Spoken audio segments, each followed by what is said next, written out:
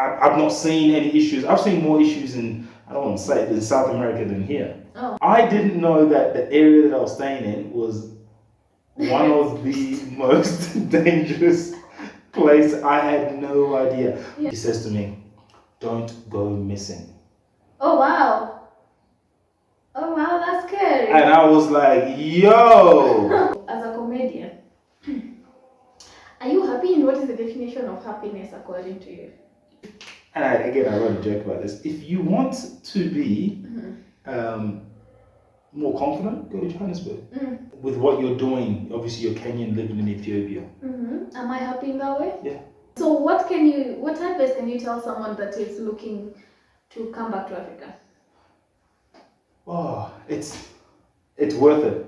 It is worth it, and just have a plan. Have a plan of where you want to go, what you want to see. Do your research, and even if it's just a holiday, come spend a significant time, not 1 week. That doesn't it's count. Too short. Yeah, it's still something, but spend some months if you can, and even if you can do what I'm doing, definitely do it. Because the thing about it is, I've got that opportunity to go back and go, all right, I want to do the 9 to 5 job. You know, you can always do that. That's why I say especially for people that are from right. So why wouldn't you try this? Yeah, for sure. Why wouldn't you try this if you can? If you don't have crazy responsibilities, everyone's got responsibilities, but if you can, I say do it. I meet people like you and just have amazing conversations with people on the streets. Yeah. There's so many, and just people have been really nice to me. And in terms of people thinking it's not safe, it's been safe for me. Anyway, I don't know what, I've not seen any issues. I've seen more issues I don't want to say it, in South America than here. Oh, with other travelers. You know, here I've not heard of a single traveler saying something's happened to them. Oh wow, like to individual persons? Individual persons. Yeah. Maybe it has, but no one's told me that. But in South America, I heard quite a lot. Well, I would say it can happen to it can happen anywhere, property, of but course. not to a person. Correct. Your property, correct. Yeah. Correct. So. And it's better if your property goes than harm to you, of course. Yeah, of course. But people have been very kind, like overly kind as well. And I try not to take people's help too much because I'm like, because sometimes people look at me like, oh, they know you're not from here. So I get it. They're like, oh, okay, he's not from here. Yeah. Let me be extra nice to him. I go, no, don't do that. Yes, please. We are the same. You're the same. Yeah. Treat me. If you insult the locals every day, then please insult me. Bring it on. You know, I don't need that extra. Yeah. Hey, how are you?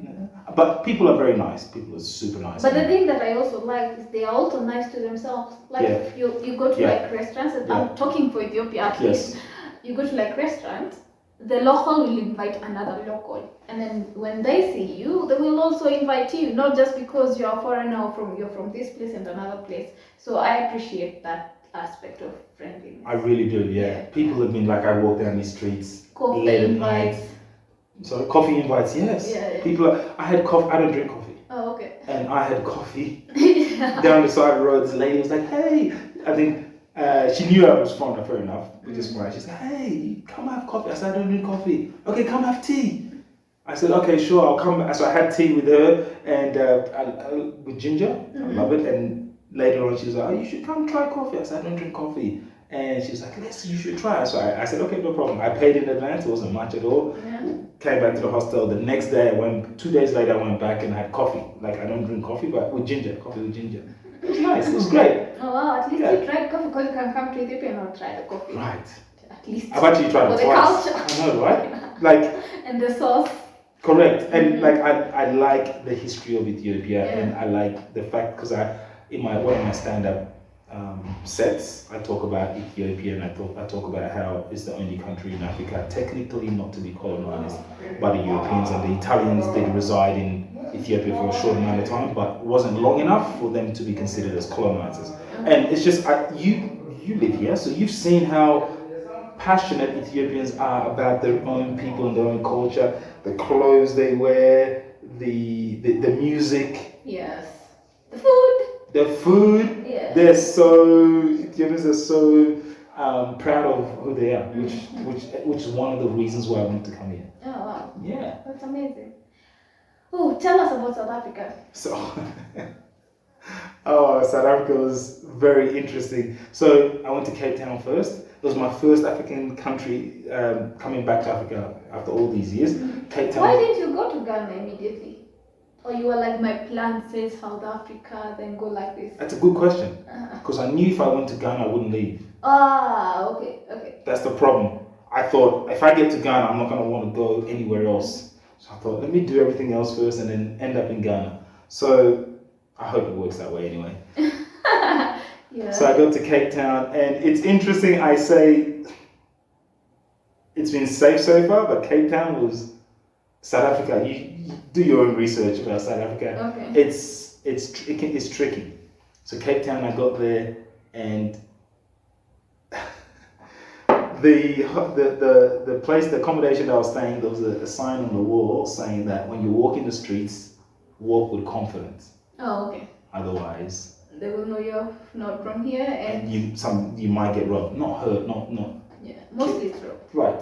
So that's the first thing I saw, and I thought, oh my God, where am I? I'm dead. It's over. It's over. It was nice to know everybody. Peace. See you in the next one. But it was fine. For me, again, as a black man, it was fine. I was able to walk the streets at night, but obviously being careful, being aware. I'm always aware of my surroundings. I'm always looking around. Yeah. But I didn't have to be worried about anything. So Cape Town I did some tours. Cape Town was very cool. It was very cool. Then I went to Johannesburg. Now that was, it was scary initially because I got there, oh my God. Because people from Cape Town scared me. They said, oh, you're going to Joburg? That's where the real deal is. That's what people were saying. They were like, Joburg, good luck. And I didn't know much about Joburg. And so people were scared. People from Cape Town said, oh my God, good luck. And I was like, why are you doing this to me? And they really, they kind of put the fear of God in me a little bit. But when I got there at night. And you could see the craziness in the airport. I was like, oh wow, okay. And then the driver was telling me, he was like briefing me, be careful, do this, do that, okay. And I got to the accommodation. I didn't know that the area that I was staying in was one of the most dangerous places. I had no idea. Yeah. But even though it was said to be dangerous, I didn't see a single issue there. But you could feel it. Oh, okay. You could feel it. I got there late at night, maybe around 9, and I wanted to get dinner. And I said to the receptionist, like they have parties at the downstairs all the time. So I said to the receptionist, where can I get some food? And she gave me the menu for the she didn't want me to go out. She goes, here's the menu. I said, no, I want to walk down the street because where I was staying, there was a nightclub like 50 meters down the road, and there's restaurants, and it's crazy. You can hear the nightclub all night. You can barely sleep. So she says to me, "Yeah, I just have used the menu." And I said, "No, I just want to walk down the street." And she said, "Okay, but when you walk the streets, just go straight. Don't go on any side streets. Don't go left. Don't go right." She goes, "This is South Africa. This is Joburg." And I was like, "Whoa!" And then she looks at me, and as I'm about to walk out, she says to me, "Don't go missing." Oh wow. Oh wow, that's scary. And I was like, yo, don't go missing. What does that mean? Like, have you planned for me to be kidnapped? What's going on? That was. I should have welcomed you in Ethiopia with such kind of Yeah. Wow, that was a shock to me. So I was just walking down the street, just walking down, not even looking left or right. Yeah. I got something to eat and I walked right back. It was just busy, it was chaotic, but it was nice and there was no issues, but you could feel that. I could understand why she said that. And so I got back, and at one point I had a gig. 3 days later I went for a gig, like you catch Ubers. Where I am, I ended up walking the area, but don't walk too far. Even during the day, don't walk too far.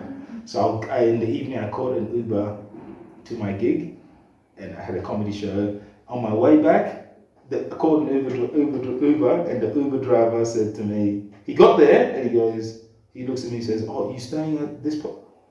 I can't take you." Oh wow! I'm sorry. Yeah. He said, I'm sorry. I go, what do you mean? He says, oh, it looked like he had seen a ghost. He was like, oh. Where were you staying? Oh my goodness. He's like, I'm sorry. I go, so you're going to leave me? He says, yes, I have to. And he took off. He just drove. And then I walked back into the venue. Place, yeah. And I applied for another one. I called for another Uber. And then they came and got me. So that was an interesting experience. And I was thinking to myself, where am I? Mm-hmm. I don't know if I should say it in another place. I can say it, but yeah, but it was the accommodation was so cool. It was great. Mm-hmm. It was people great. Yeah. It was fantastic. So apart from the scares, it wasn't as bad, let's say? It wasn't as bad. It wasn't as bad, but you just gotta be careful. But the CBD itself is it's weird. Yeah, you like I had a guide initially to take me there, and then not just me but a few people. It's recommended you have a guide, and there's some abandoned buildings there, which is unfortunate. I don't think my understanding is the government has kind of deserted the CBD. So there's amazing buildings. No one's in there. No one uses it. It's like a waste. And later on, I was able to walk into the CBD by myself, but still, you look left and right. At night time, whenever I call an Uber, they don't stop at the lights. They go. Red light, you go. Oh wow. That's what I'm saying. Red light, they go. Oh goodness. Especially if you feel unsafe, you just go. Which was very interesting. It's the first time I've experienced that. First time I was like, hey, that's a red light. Where are you going? You can try to get us killed. You can't stop. But yeah, I understand. Well, underneath the bridge, it was dark, and he just went. Mm-hmm. I was like, okay, interesting. Mm-hmm. So it gave me a feel of that.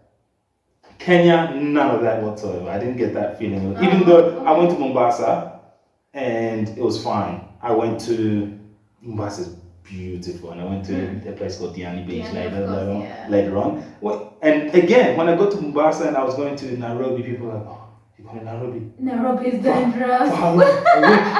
Oh my God. That's so funny though. But I go to Nairobi, nothing. Not even a single thing. Yeah. I don't know if it's because I'm a black man, but we're all black. I don't understand what maybe people have, obviously people have had different experiences and that's why they say that, and that is fine. I believe as a Kenyan, Nairobi has changed. Before it was, they would notice any new person in Nairobi. Oh, they noticed me, they did. Yeah, but like notice you to steal your everything, including your clothes and shoes.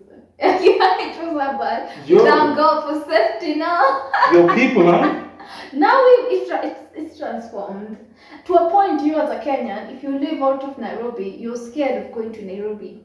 Yeah. Yeah, so that's how it was bad before. Okay, so that's where people changed. Yeah, so but still, the mentality might have not like completely changed. Even now, you still have to be like careful, cautious. Of course. Stuff like this. Yeah, I was very cautious. And for me, I vlog in every city that I go to. Mm-hmm. Like I've got a camera on my phone, depending on where I am and how I feel. I'll be recording the streets. So I'm always careful because people might just steal your camera, steal your phone, whatever. Yes. Right. Yeah. So people like you no? You have to be careful because you never know. Either I'll be vlogging and another person continues the vlog. Right. I got you. Yeah. So I was always careful. The two cities that I didn't record was in Cali in Colombia, 2 days. Okay. And Johannesburg. Extremely good. Extremely. You're kidding yourself. Yeah, you have to go with the military. You have to be. Because when you're vlogging, really, this is why we are saying. You're walking the streets. It's like, hey, look at me. I'm either a foreigner or I'm seeking attention or something like this. Correct. Yeah. So you're saying, whoever's causing danger, here I am. Yeah. And they're like, oh, okay. Interesting.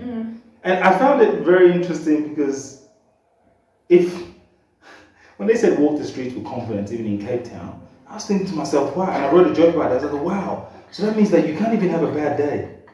Imagine if you're having a bad day and you're sad and you put your head down, they're like, oh, okay. Oh, okay. No confidence. He's got no confidence. Let's go. Like you lost it's a Friday afternoon, you lost your job. Imagine, you're sad. You're thinking you're thinking of how to feed your family. You know, oh my God, I lost my job. You're down. You're walking the streets down. You're gonna get robbed. That's crazy. It'll be like lack of confidence. So yeah, South Africa is the only country that if you have a bad day, the locals can help you make it worse. South Africans, I'm kidding. It's a joke. I'm kidding. I've actually written a joke about that. But yeah, it's it's very. South Africa is a beautiful country. I'll go back. Johannesburg, I'll go back again for sure. Even though people, but now I'm a bit more comfortable. Now you just know confidence and you're good to go. Right. But yes, go to South Africa. Go everywhere. Go everywhere in Africa. And I'm looking forward to, like, when I get to Ghana, I'm gonna work. Like, just find a job while I work on my comedy career. If I can find something that pays within comedy enough for me to pay my bills, I'll be happy. I'll be so happy. So I'm gonna go there and just work hard. I wish you all the best. Thank you very much. Yeah. On this episode, it's called Buna with Desta. Buna means coffee, but I know you don't take coffee. That's why I offered you water. Otherwise, we take coffee. But you heard that I tasted coffee, so you didn't bring me coffee. But you had already she mentioned didn't bring me before. coffee. You had told me. You see? You don't take coffee. You see? I didn't want to be those people. I'm Kenyan. Exactly. Kenyan. I'm scared already. I'm already scared. Okay, calm down. I'm calm. Thank you very much. Buna means coffee, okay? Okay. Desta means happy. So happy coffee? Coffee happy. Okay. Wow, okay. Buna with Desta. Desta is me, but like I love asking people about their state of happiness. So I wanted to know, as a comedian, are you happy, and what is the definition of happiness according to you? I've never been happier. Oh wow. Because I'm on a direction, on a path that is totally different to what I was doing, and I feel that there's more of a purpose in what I'm doing. And so I wake up and I'm excited. That's my only problem is I need to turn it off sometimes. You see me downstairs and I'm always working. I'm always trying to edit. I'm trying to record. Okay, what skit can I do? It's a good form of addiction. It is, yeah, it's a good form of addiction. Not addiction, obsession. Correct. Yeah. Correct. Yeah. And I'm learning how to be kind to myself. So I've got a little note that I put in my wallet. I wrote that maybe 3 years ago. And then one of the most important things is be kind to yourself. I wrote that in capitals. I haven't always been kind to myself in the past. And I know that is extremely important than anything else. I was hard on myself when I was younger. And then I know that is important if I want to achieve what I want to achieve. If I make a mistake, it's okay. Give myself a hug and just go, don't worry about it. Because I know I'm trying my best. And I know how hard I'm working. So I'm working really hard and not getting paid for it. And then, you're doing what you need to do. And sometimes when it doesn't work, you get frustrated. I get frustrated, but you need to let yourself know that it's okay. And a lot of people are like that, where we're hard on ourselves. You need to give yourself a break. If you're trying your hardest, yes. If you're slacking off, then you know. You know. Yeah. But I know I'm not slacking off, so I just need to kind of be kind to myself. So yeah, it's the happiest I've been. Oh wow! In a long time, which is good. Yeah. So your perspective about happiness is more about how you're kind to yourself? That's part of it, but perspective on it's having a purpose. Like, I think if you've got a purpose and you know your why and you're doing it, you will be happy. Like, I'm not saying that you're always going to be happy. It doesn't work that way. Happiness is not. You just don't. I think when you challenge yourself, the reward you get is happiness. Part of it is happiness. If you challenge yourself and do, this is all challenging to me. It's not easy. I'm not just like, I'm going to Egypt next. I don't know what I'm going to face. I don't know what I'm going to see. But it's a challenge. And once I get there and I overcome that, then it builds confidence. Right? And confidence, I think it's important in everybody. It's important for yourself. It's important other people see it as well. There's nothing sexier than a confident woman. You're like, oh, okay, rather than somebody that is, no, they know about myself. Johannesburg. Yeah. What do you mean? Be confident. That's true. Walk the streets with confidence. Do you know what? Johannesburg, I should have said South Africa, not Johannesburg. South Africa in general. Yeah. I wrote a joke about this. If you want to be more confident, go to Johannesburg. They'll teach okay. you. You get me? They'll teach you. Don't worry. You'll be walking the streets with confidence. You have to. It's survival. So yeah, I think confidence is important, but you can't just say I'm confident. You have to do things to be confident. To be confident, yeah. I think anyway. You don't. It's true. It's not something that you can just say. You can't just can't just generate it out of nothing. But if you do things and you get confident you get confidence from improving, and even if it's in a skill set. Yeah, I think it's important. What about you? About confidence or? No, the same question you asked me. If I'm happy? What makes you happy? What makes me happy? Now I'm interviewing you. What makes you happy? That's interesting because I think every time, with all the time calling myself happiness, or always being called happiness, it puts me in this place that I have to keep evaluating my state of happiness. Is it pressure? Not like pressure, but like accountability.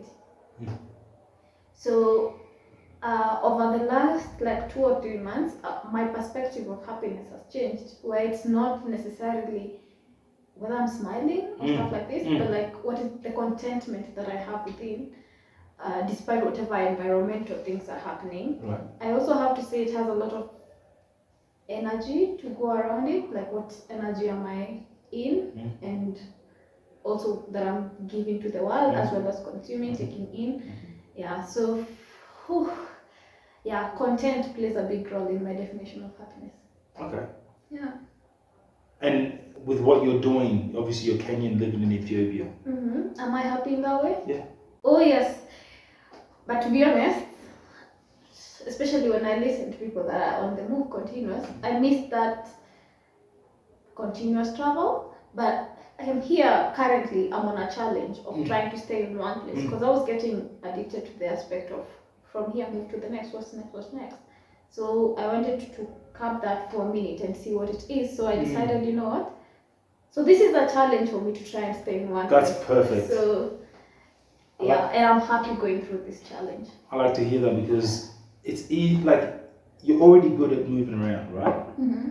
Why don't you try staying? So if you can do that, then you're a complete person. You're more of a complete person, you know what I mean? Instead of just doing the one thing, I move around all the time, move around all the time. Okay, can you actually stay still for a moment in a place that is foreign to you? Yeah. And you're doing that, so congratulations for that. Thank you very much. Yeah, Thank you very much. I appreciate it. That's good. Wow, it's been amazing. It's been real. I'm excited for your journey. I can't wait to meet you one day. Yes. Remember the conversation we had? Yeah, like can we pick it up from there? How did it go? Yes. Yeah, I can't wait. How good would that be? Exciting. Yeah. Yeah. Also because I'm looking into West Africa. Yes. Probably you'll be in Ghana the times that I'm thinking. Yeah. So Come to Ghana. A connect would be amazing. Definitely. Maybe attend one of your comedy shows. Oof, that would be fun. I'd love to. Yes. Yeah, guys, tell us about where we can find you. So I am on Instagram and YouTube. So I am Akwasi. So I-A-M and then my name A-K-W-A-S-I. So I am Akwasi on Instagram and YouTube. Same name. On TikTok I am Akwasi Comedian. So Akwasi and then Comedian. You also do a podcast. Yes, I have a podcast. What is it about? That's a very good point. So my podcast, I started with a friend of mine called Faz. We were both in Melbourne. It was just before the lockdown, and we continued it during the lockdown via Zoom. And he moved to Kenya. His wife is Kenyan. He's from Somalia, and his wife is Kenyan. So they moved to Kenya, and I was in Australia trying to figure out what I was going to do. And then I decided to travel, and I went through, like I said, Colombia, Jamaica, South Africa, and when I got to Kenya, we reconnected, and we were chatting, and we're like, hey, we need to start this podcast again, and it's called Your Mate. So in Australia, Your Mate is like we are mates or friends. Friends. Okay. And then in Africa. Mm. So we talk about our, it's just as African men, we talk about what life is like. We talk about my travels. We talk about him moving his family from Australia to Ethiopia, to Kenya, and to his business, what he's got a marketing business. And going forward, we're going to be talking about our experiences, just how we feel and what it's like to be on the continent. So it's exciting because we've both not been back for a while. I've not been back for longer, but it's good that we're both on the continent. Just hanging out. Have some good jokes over there. Yes. Some good puns as well. Yes. So, Yes. We're always joking around. So yeah, we're fooling around all the time, but also talking about serious things and Wow.